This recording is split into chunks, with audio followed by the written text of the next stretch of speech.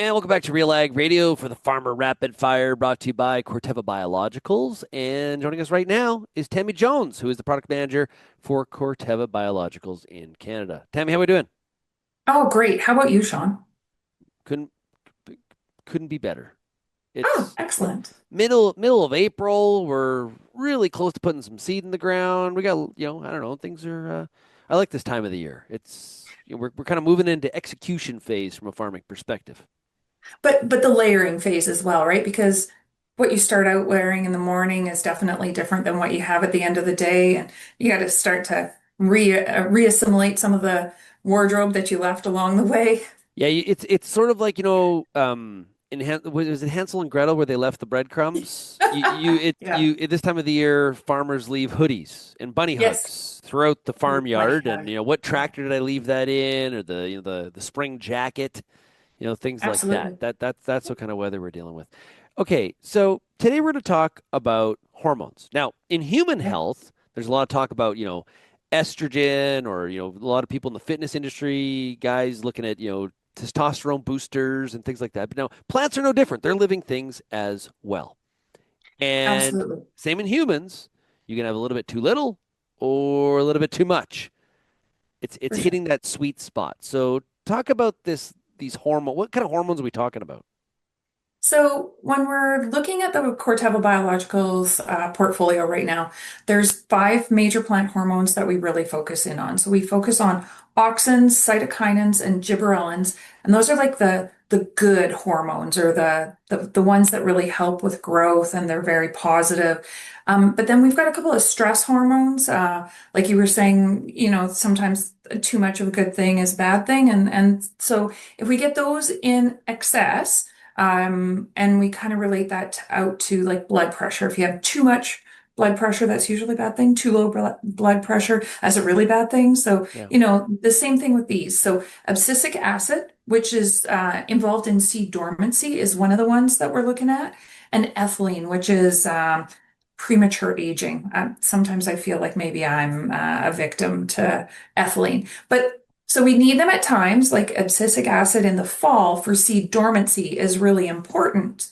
But in the spring, we want to kind of overcome that. And so if we put something on the seed that helps to enhance some of the other levels of plant hormones, the abscisic acid sort of gets overridden. We can enhance our germination, have a more even emergence, and just that better stand establishment. And so, yeah, it's the other thing that's really important is just like with humans, relatively small amounts can make a huge difference. The same thing with these products. So, our products are typically biosynthetic versions of the plant hormones, which means they're really shelf stable, but they mimic exactly what would happen in the plant. And so we're just enhancing what's already there. And we don't need large amounts in order to be really effective. Now, with humans, we obviously we ask about symptoms, right? There's verbal communication of what's happening, and then of course there's hormonal tests, and those are becoming more and more popular all the time. Are we doing? Can we test? Like, how do we know?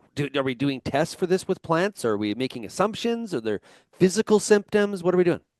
I think it's a little bit different, at least in my case. I'm no doctor, and I'm certainly not a plant doctor either. As you know, I was more of a plant murderer or weed murderer at one point in time, so I've reformed a little bit. But we're more looking at what are some of the stresses that are happening in the environment that might enhance the problem or exacerbate the problem, if you want to use those big terms, right? So cold soils, salinity, some of those types of issues will then really impact on your seed germination and your stand establishment. And so by using something like a fortified stimulate yield enhancer in a cold soil, or Action 5% co-packed with Stimulate Plus Yield Enhancer.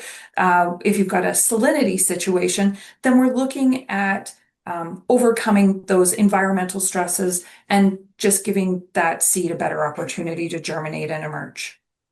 And if we're hitting it, if we're hitting the spot correctly, like we're doing a good job here, we're the healthier plant is Yep. leading to higher yields. That's the tail, right? Right. Like, I mean, there's lots of things that might happen along the way that might sort of derail that for whatever reason, and you might have to mitigate some other stresses along the way. But that stand establishment does so many things. And I talked about this when I spent more time in weed control too. By having that even stand, not only are we able to time our herbicide application better, we've got a more competitive crop, which is helping us with our weed control. It can help us with our fungicide timing as well. Like there's so many non-tangible benefits to having that flat, even crop right from the get-go. And we know whether it's corn or soybeans or wheat, that having that stand establishment, all the crops, I shouldn't be discriminating here, then we really are setting ourselves up for the ultimate success, right? I really think in this area, at least this is my perception, Yeah. we're really in the early stages of really trying to sort, and figure this puzzle out. Is that fair? I think that's really fair that we're still just trying to wrap our head around it and test drive it. And we've spent a lot of years with the Corteva Biological field science team trying to make sure that we're understanding it. I'm barely scratching the surface of the millions of trials and articles that they've generated. So I'm probably oversimplifying it, but at least for me, makes it a little bit relatable and hopefully relatable for everyone else as well. Yeah, great stuff. Really appreciate you joining us here, Tammy. Thanks so much. Thanks, Sean.